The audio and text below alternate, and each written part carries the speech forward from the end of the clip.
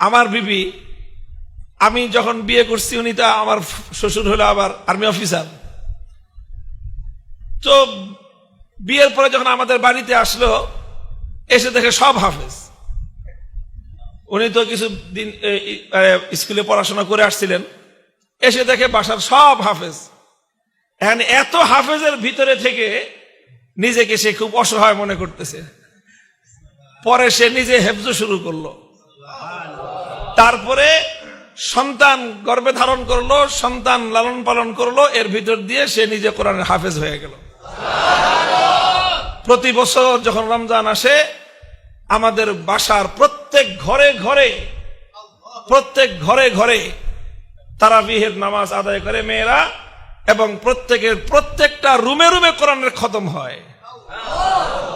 আপনাদের তো এক পুরা মহল্লা মিলে মসজিদে এক খতম হয়, আমাদের প্রত্যেক ঘরে ঘরে নামিয়া প্রত্যেক রুমে রুমে কোরআনের খতম হয়। আমার রুমে আমার 2 ছেলে হাফেজ, ওদেরকে নিয়ে আমি এক রুমে খতম পড়ি, আমার মিসেস হাফেজা উনি আরেক রুমে খতম পড়েন। আমার পাশের ফ্ল্যাটে মাহফুজুল হক সাহেব, আমার বড় ভাই, ওনার 3 মেয়ে হাফেজা, ওনার বিবি হাফেজা, 4 জন। ওনার রুম হলো 3টা, পরে এক রুমে ডবল জামাত পড়তে হয়।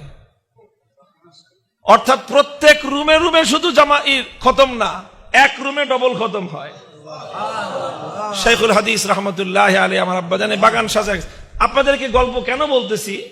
গল্প এজন্য বলতেছি হিম্মত করেন মেয়েদেরকে কোরআন মুখস্থ করানো, মেয়েদেরকে হাফেজা বানানো, মেয়েদেরকে দ্বীন শিখানো, এর চেয়ে আপনি আপনার মেয়েকে আর বড় কোনো উপহার দিতে পারেন না। আপনি আপনার মেয়েকে যদি হাফেজা বানায় দেন, লক্ষ কোটি টাকার এই ফ্ল্যাট প্লট আর বিশাল বিশাল সম্পদ দেওয়ার চেয়ে আপনি তাকে বড় সম্পদশালী বানায় দিলেন। আমার এক বোন মদিনা শরীফে ছিলেন 35 বছর, সারা দুনিয়া জুড়ে এখন তার ছাত্র। পাকিস্তানের তকি উসমানী সাহেব ভাগিনা, রফি উসমানী সাহেব ভাগিনা, সব আমার বোনের ছাত্র।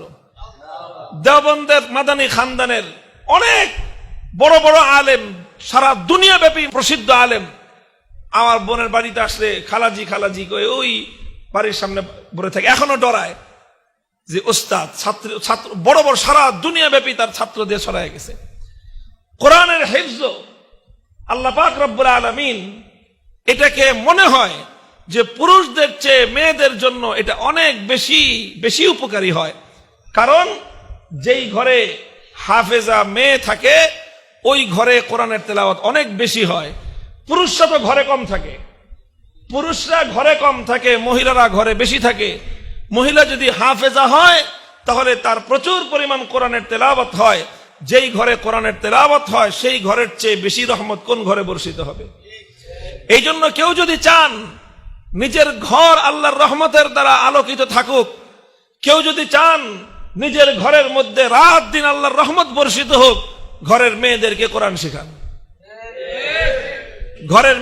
কোরআন শিখান, কোরআনের হাফেজা বানায় দেন। দুনিয়ার অনেক বড় বড় ডিগ্রি অর্জন করে একটা মেয়ে যেই পর্যন্ত পৌঁছতে পারবে, এক মেয়ে কোরআনের হিফজের বদৌলতে ইনশাআল্লাহ দুনিয়া এবং আখিরাতে তার চেয়ে অনেক বেশি অগ্রসর হতে পারবে।